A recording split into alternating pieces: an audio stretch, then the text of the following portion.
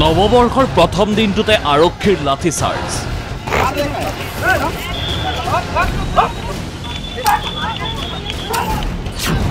গোসাইগাঁৱত ৰাজপথ অৱৰোধ কৰি প্ৰতিবাদ।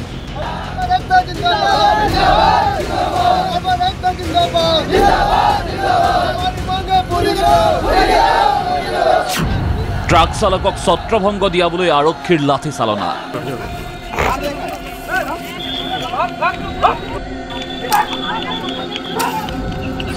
নতুন পৰিবহন আইনৰ বিৰোধিতাৰে পথ অৱৰোধ। শিমলুতাপুৰ ৰাষ্ট্ৰীয় ঘাইপথত বছৰৰ প্ৰথম দিনটোতে আৰক্ষীৰ লাঠি চালনা।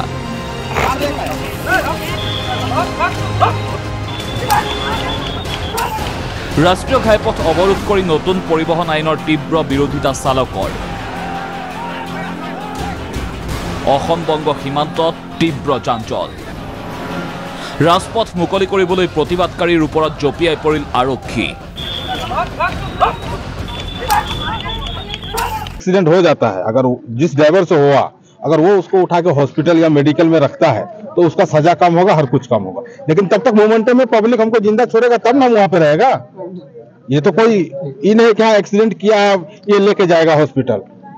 हम उतना मौका, कोई भी इंसान अपना जान प्यारा होता है, तो आगे वो तो सोचेगा कि हम यहाँ से निकल कर चले जाए, बाद में जो होगा देखा जाएगा।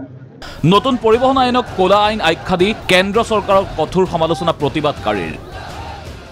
अमित शाह जी ने बोला उसको अगर हॉस्पिटल में पहुंचाएगा तब तक पब्लिक हमको तो जिंदा नहीं रखेगा, तब तक तो जो एक्सीडेंट हुआ उसके साथ हम भी चले जाएंगे। अभी आप लोग क्या ये जो काला कानून जो हुआ इसको काला कानून को वापस लेना चाहिए बस, और कुछ नहीं। और अगर आगे तो क्या करेंगे, तब हम लोग को ड्राइविंग छोड़ देना पड़ेगा। নতুন পৰিবহন বিধেয়ক আইনলৈ ৰূপান্তৰিত হোৱাৰ পূৰ্বে বাতিলৰ দাবী। অন্যথা চকা বন্ধ কৰি দেশৰ অৰ্থনৈতিক ব্যৱস্থা অচল কৰি পেলোৱাৰ হুংকাৰ ট্ৰাক চালকৰ।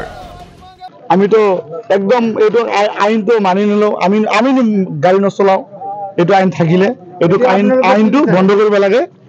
বিচাৰো চৰকাৰক বিচাৰো, অনুৰোধ জনাই কিনে বিচাৰো এইটো আইন বন্ধ কৰিব লাগে। আগত যি আইন আছিল সেইটো চলিব লাগে, সেইটোৱে বেষ্ট। ট্ৰাক নচলিলে ভাৰতীয় জনতাই 10 লাখ জৰিমনা দৰিদ্ৰ ট্ৰাক চালকে ক'ৰ পৰা দিব বুলিও প্ৰশ্ন। এক্সিডেণ্টটো আমি জান বুজি নকৰো নহয়, এটা সৰু কিবা এটা কিয় নমাৰো জান বুজি কিনে এক্সিডেণ্ট হৈ যায়। ইমান গাড়ী লোড গাড়ী যাওঁতে ইমাৰ্জেঞ্চি মানুহ আহি গ'লে কি কোনোবাই ছুইচাইড কৰিলে আমি কি কৰিম? তাক কেনেকৈ বচাম? 10 বছৰ কাৰাদণ্ডৰ শাস্তি বিহিলে ট্ৰাক চালকৰ পৰিয়াল কোনে পোহপাল দিব বুলিও প্ৰশ্ন এইসকল চালকৰ।